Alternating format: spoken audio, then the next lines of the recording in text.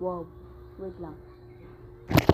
So ngayon guys, may another day, another lecture tayo. So ngayon guys, kain muna ako saglit. Ngayon, may kalokohan na naman tayo. I-prank natin si Loki. Wait.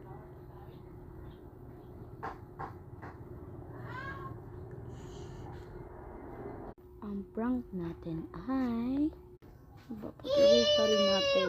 Pero Bisaya taon to dahil. Ha? Sasa? Atag sa daw na. Nga naman? Bagabi. So ngayon guys, hindi mo patutuloy ang vlog kasi maraming gawain. And then cut natin. Next time lang i-comment lang anong prank na naman.